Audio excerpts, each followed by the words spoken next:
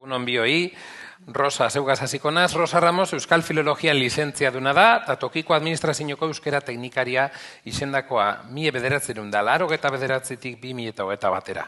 Gaur egun, UARRI, soziolinguistika aplikatu aholkularitzan egiten dau behar, Euskal Komunidadearen bizibarritza helburu daukien formazio, ikerketa, eskuartze eta divulgazio proiektuetan. Beragaz batera etorri da Mikel Gartziarena, egunon, Euskal Herriko Unibertsitateko Hezkuntza, Filosofia eta Antropologia Fakultateko Hizkuntza eta Literaturaren didaktika saileko irakaslea txikia bera, eta ikerketa 6 urteko batekona honezkero bere gaztean, bagoaz danakora. Etorkizuneko irakasleen lehen hezkuntzako gradu programan irakasten dau, eta hainbat gradu ondoko badekoz. Besteak beste bere doktoretoko tesia gai honen bueltan egin eban, hegoaldeko lehen hezkuntza irakasleen eleaniztasun eta metodologia usteak, cum laude aipamena eta doktorego sari berezia eskuratu ebasanak 2023an. Biak datoz, honako berbaldia emotera. Igoa, irakasle gaien ohartze eta alduntze soziolinguistikoaren indar biderkatzailea. Azken urteetan argi lotu da, graduaren amaieran irakasle gai askok lortzen daben profilaren eta irakasle jardunean beharko dabezan gaitasun komunikatibo eta soziolinguistikoen arteko desoreka. Testu inguru horretan gauzatu dabe, hain zuzen be, 2024 ikasturtean, irakasle gaien ohartze eta alduntze soziolinguistikoa, igoa. Bai? Proiektuaren lehen implementazioa Donostiko Hezkuntza, Filosofia eta Antropologia fakultadean. Udaltopek eskatu deutzen txostenean, fakultadeko irakaslek egindako diagnostiko eta marraztutako helburuak oinarri, igoak diseinatutako eskuartze planaren barri emongo deuzkue. Fokua murgiltze astearen emoitzetan jarrita. Eskarrik asko bioi, nahi dozuenean. Eskarrik asko.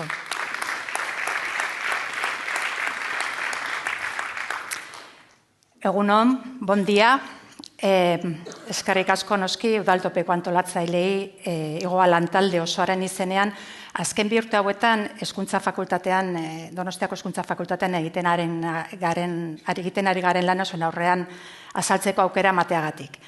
Azalpena bi zatitan antolatu dugu, hasieran nik kontatuko dizuet igoaren testuingurua eta zergatia, eta bigarren zatean Mikelek azalduko dizue ikasturte honetan egin dugun eskuartzen lehenengo implementazioa.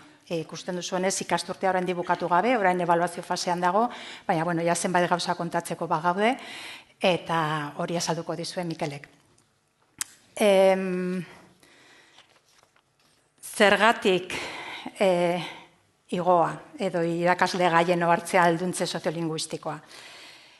Hemen gauden guztio, seguro, ados gaudela eta argi daukagula azken hamarkadetan euskaldunon komunitateak izan duen biziberritze prozesuan giltzarria izan dela hezkuntzarloa, eta hezkuntzarloak lortutakoa zinezkoa izango zela irakasle asko eta askoren konpromiso eta ahaleginik gabe. Kontua da, biziberritze prozesuaren beraren ondorioz eta gizartean gertatzen ari diren aldaketengatik, nolabait esan genezake jokalekua aldatu dela. Garai bateko baldintzak ez dira gaur egungo baldintzak. Eta aurreratu den bezala jokalekuan sintoma da desoreka bat dagoela, eta hemen irudionekin azaldu nahi izan duguna. Desoreka zertan, albo batean badaukagula gero eta gaitasun soziolinguistiko sakonago baten beharra irakasletzan, eta irakasleek behar dute ezagutza soziolinguistiko sakonagoa, zertarako denok helburu daukagun hiztun tipologia hori lortzeko behar diren esku hartzeak behar bezala diseinatzeko eta ebaluatzeko. Ez baldin bagatira gauzak irakasleak duten lantokia duten eskolan gertatzen ari diren prozesu soziolinguistikoak ez badituzte ongi irakurtzen, esku hartzeak ere ez dira egokiak izanen, ezta. Orduan, egoera konplexuagoa delako eta faktore gehiago eta gehiago dezkagulako kontuan hartzeko behar soziolinguistikoa gero eta sakona, gero eta handiagoa da. Hori batetik. Eta bestetik, esan daiteke, labur esan da, garaibateko irakasleak ez direla gaur egungo irakasleak. Desberdinak direla, bai gaitasun komunikatiboetan ere, eta baita hizkuntza ideologian ere desberdinak dira. Orduan, hori nik uste dut sintoma bat nahiko orokortua dela. Desoreka horretaz jabetuta, Gipuzkoako Foru Aldundiko hizkuntza berdintasuneko zuzendaritza nagusiak eskatu zion Mikel Laboa katedrari gaian sakontzeko, eta ikusteko hor zer egin ziteken, ez? Eta Donostiako hizkuntza fakultatean, nire ustez ongi jabetuta gizarte mailan duen erantzukizun sozialaz, bertan hasi zen lanean eta pentsatzen zer egin ziteken honekin, ez? Beraz gaur, Donostiako hizkuntza fakultatean, Euskal Herriko Unibertsitateko Donostiako fakultatean egindakoa azalduko dizuegu, baina benetan sinetsita gaude, kezka hau eta gai hau orokorra dela, Euskal Herriko hizkuntza fakultate gehienetan guztietan ez baldin bada hizpide dela, lantzen ari dela, eta are gehiago esanen nuke ez dela bakarrik Euskal Herriko kontu bat. Orokorrean biziberritze prozesuan dauden hiztun komunitate minorizatuen gaia dela, eta guztietan maila baten edo bestean agertzen dela. Eta adibide gisa, aipatuko nuke, Kataluniako Pacte Nacional per la Llengua agirian jasotako diagnostikoan, atal esanguratsu eman zaiola hezkuntza sistemari, eta horretan, irakasle belaunaldi berrien formazioan antzemandako gabeziak azpimarratzen direla. Beraz, konexioa badaude eta segurazki sintoma eta desorekoak oso antzekoak dira han eta hemen.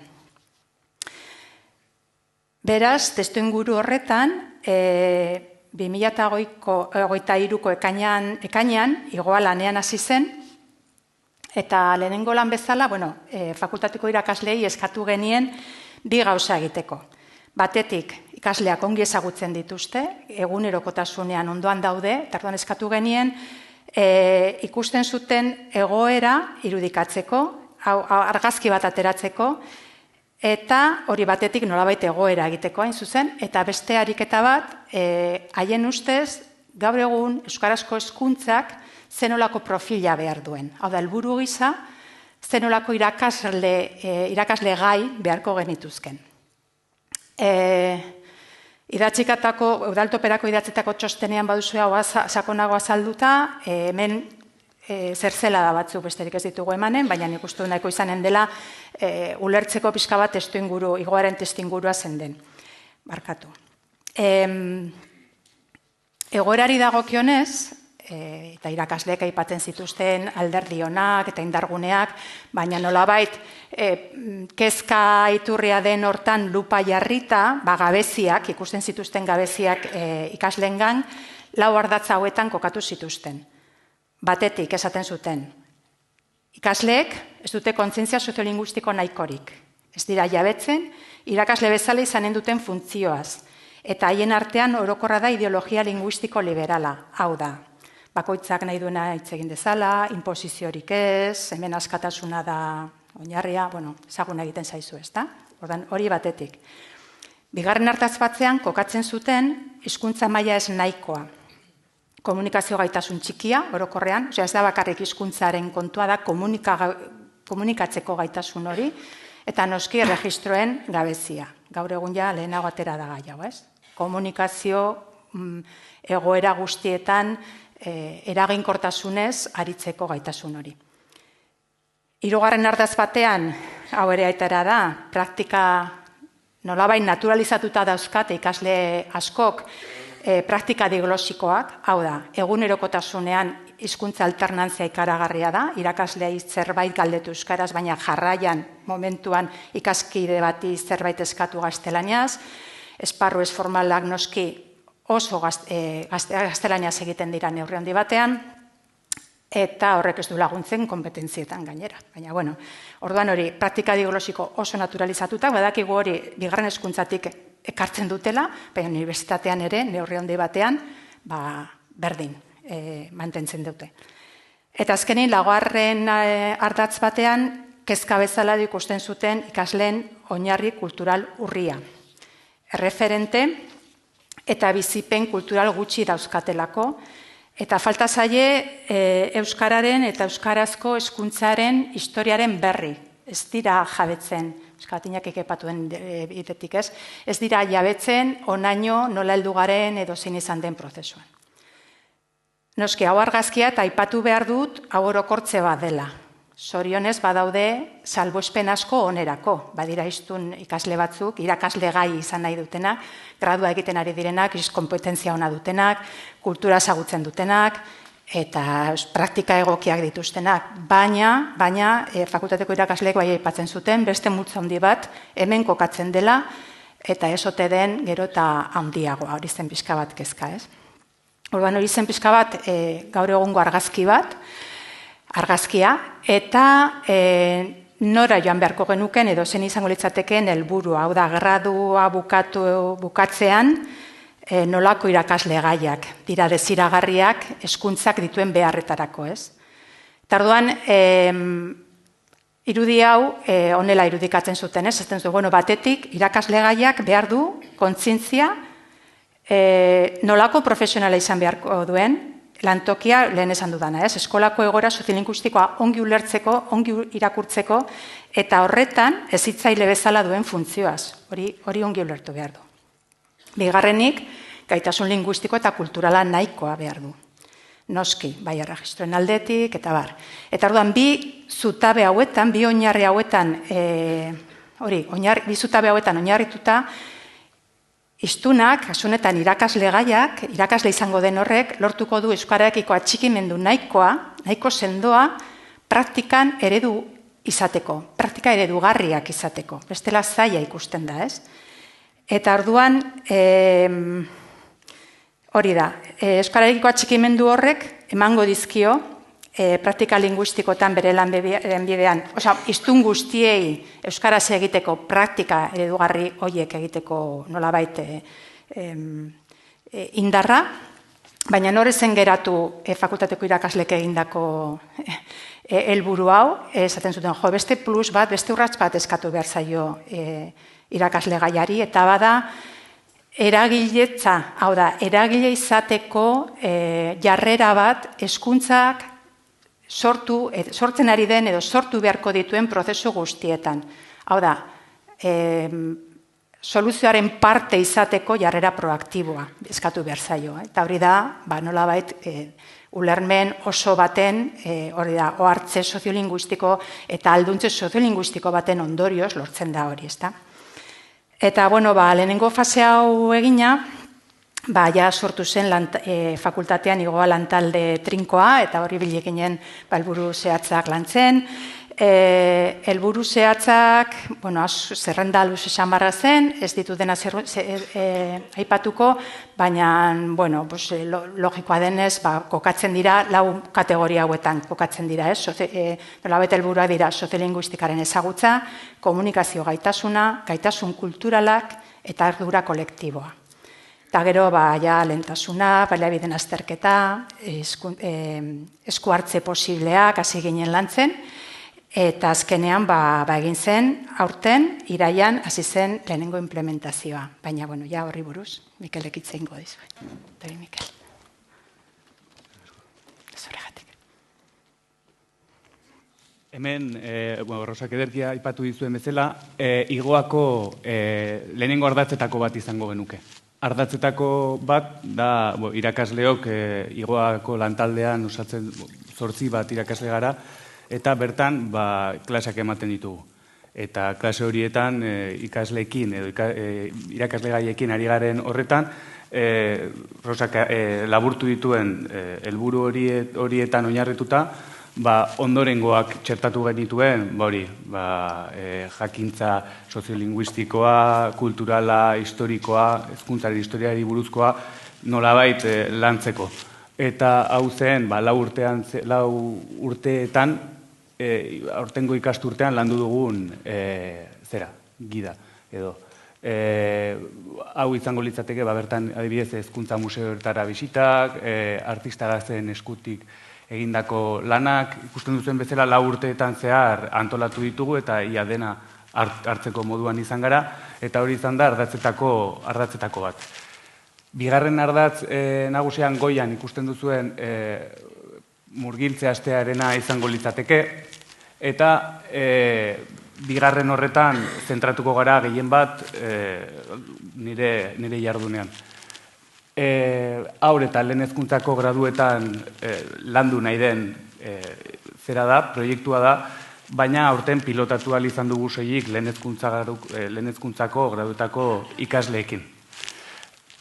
Bertan, taldean, disiplina ezberdinen arteko lana egon da, Amaia Elizalde hemen daukagu zuzendari izan dugu bertan eta gidaritza lanak egiten, Rosa bera proiektua nolabait pilotatzen eta norabidetzen, eta bertan alor ezberdinetako edo adar ezberdinetako irakasleak egon gara.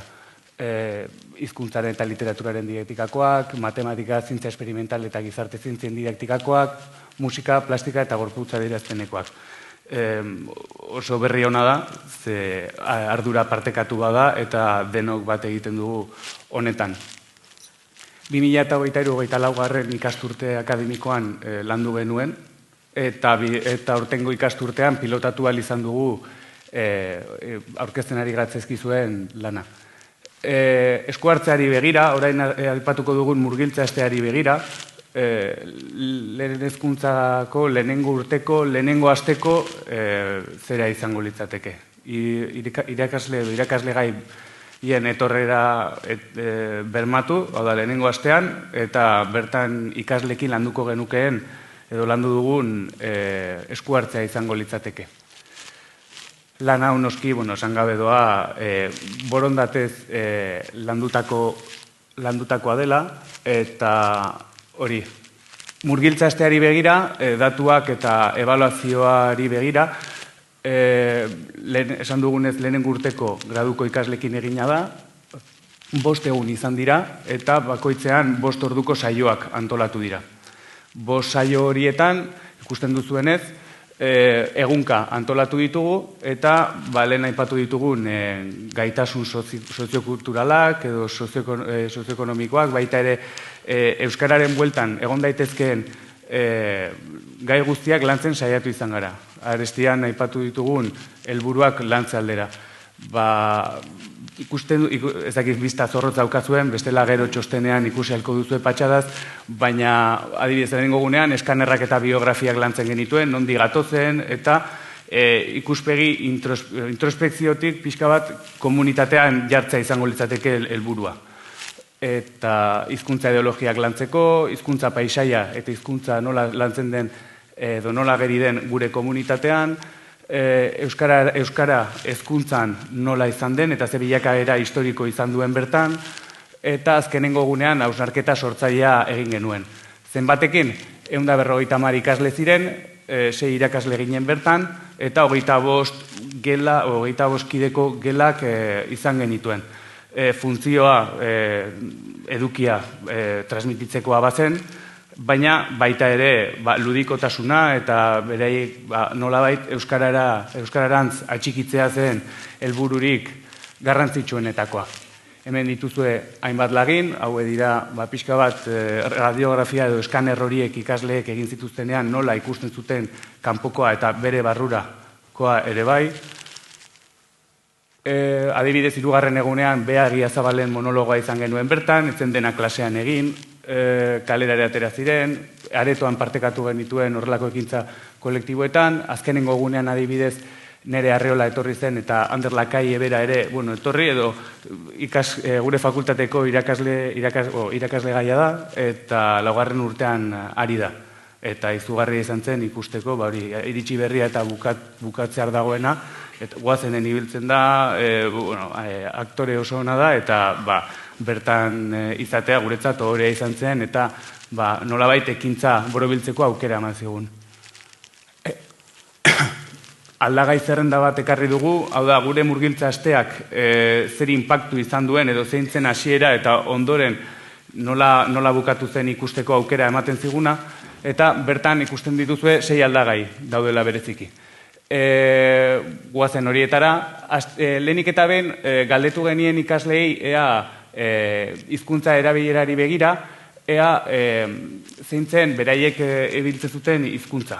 Tendentzia orokorra da, ia guztietan ikusiko duzue, hemen hau da, ez da ongi ikusten, baina hau izango litzateke hasierakoa, etorri berri direnena. Eta bestaldean, eskuinaldean izango zenukete murgiltza astearen ondoren nola gelditu den egoera. Orokorrean, abia puntua esan beharra da oso ona dela, oso abegikorra, oroar ikusiko duzue 160 gora ikuspegi positiboa daudela edo nahi bat azaltzen dela, euskararantzkoa, eta gero hazkunde bat azaltzen dela. Normalean, horre kopurutan ari gara, gutxi gora bera, esan dugu 150, berez 106 bat izan genituen hemen laginetan, zekero garbitu egin bartziren, eta 105-eko, 110-eko hazkundea gertatu zen guztietan, zueko hobeki ulertzaldera. Adibidez, hemen hizkuntzak ikasteko motivazioari begira, berdintxu ikusten da, abia puntua positiboa da, baina 5 eguneko esku hartzearen ondoren, programa horren ondoren, hazkundea gertatu zen, 105 ingurukoa.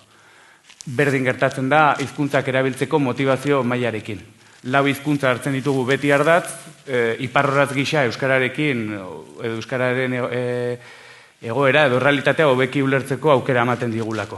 4 hizkuntza kurrikularrak bertan jarri, eta hemen baitari ikusi dezakegu euskarak jaso zuela hazkundea. Beste batzuk gutxitu egin ziren. Hizkuntzaren eragina eta mudantzarako aukerari begira, ikusi dezakegu hizkuntza bat ala beste hitz egiteak, beraiek taldekatzen direnean unibertsitatean, iritsi berritan, ea horrek eraginik ote duen galdetu genien. Eta hasieran, bai, nolabaiteko eragina baduela konturatu ziren, baina gero bukaeran eragin hori ikusi zuten askoz handiagoa zela eta hizkuntzarengatik ere antolatzen zirela beraien artean. Hortaz, ohartzen joan ziren. Gero, beste bat, unibertsitate garaia ea aukera ona den beraien hizkuntza praktikak aldatu eta muda linguistikorako euskararantzko bidea egitea posible ote zuten ikusita edo galdetuta, berdintxu gertatu zen eta hazkundea gertatu zen euskararantz.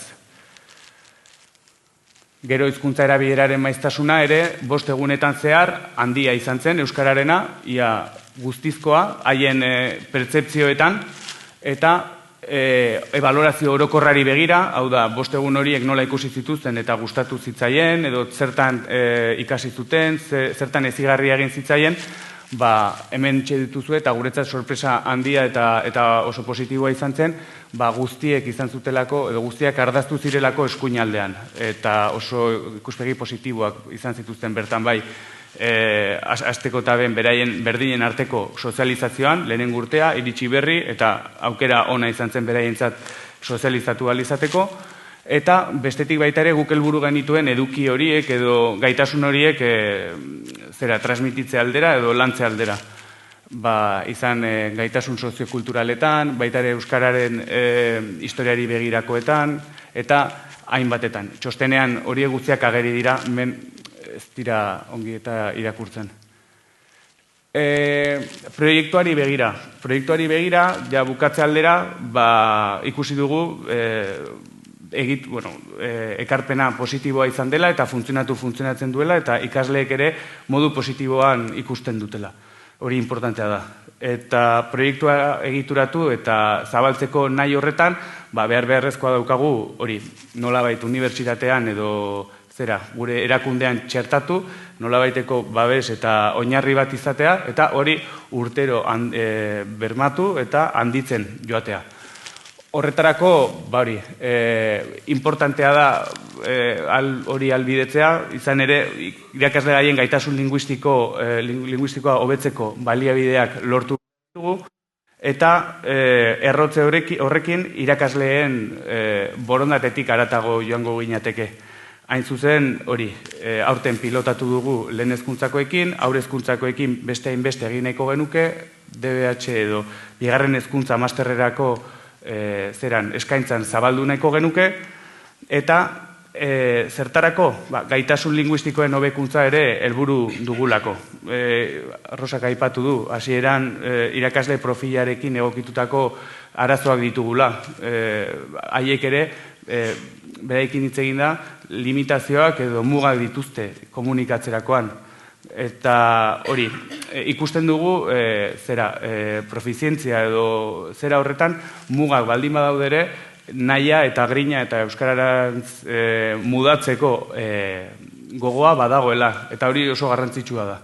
Baina hori ere agortu daiteke. Eta hori agortzekotan hori da berriz ere edalontzia urez betetzea, baina horretako ur bila joan gara, eta oso zail bilakatuko litzateke eskuartean daukagun lana. Horretarako, azken helburu gisa, irakasle gaien ohartze eta alduntze soziolinguistikoa bermatu ahal izateko, eta hori indar biderkatzaile izateko eta euskararantz abiatzeko, aukera bikaina ikusten dugu hizkuntza komunitate hau errotu eta zabaltzea. Eta eskerrik asko, hau izan da guztia. Txalo, berbat, mesedez, Mikel eta Rosarentzat.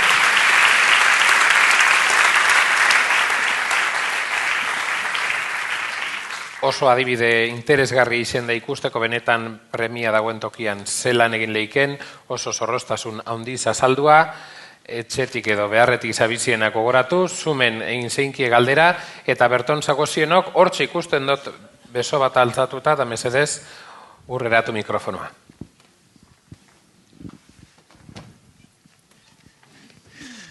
Bueno, eskerrik asko, oso interesgarria izan da, eta zalantzari gabe hezkuntza formal esparrua funtsezkoa estrategikoa da, euskararen etorkizunerako. Abiapuntu horretatik, pentsatu duzue azkenean kontutan hartuta esparru ez formalak duten garrantzia hizkuntza ohitsuretan azterketa hori zabaltzea edo egokitzea esparru ez formaletako hezitzaileen gana, aisialdiko begirale, koordinatzaile eskoletara, kirol esparruko begirale, entrenatzaileen esparrura. Hain justu gai horri buruz kafean hitz egiten egon gara, Gasteizen edo Araban lanean ari diren horretan Eider Palaziosekin, ez da? Oraintxe aipatu duzun horrekin, ea nola txerta genezaken edo nola oka litekeen igoarekin edo zu komentatu dituzun zera horiekin, behar horiekin. Eta dudari gabe indar biderkatzailea izango lukeela horrek.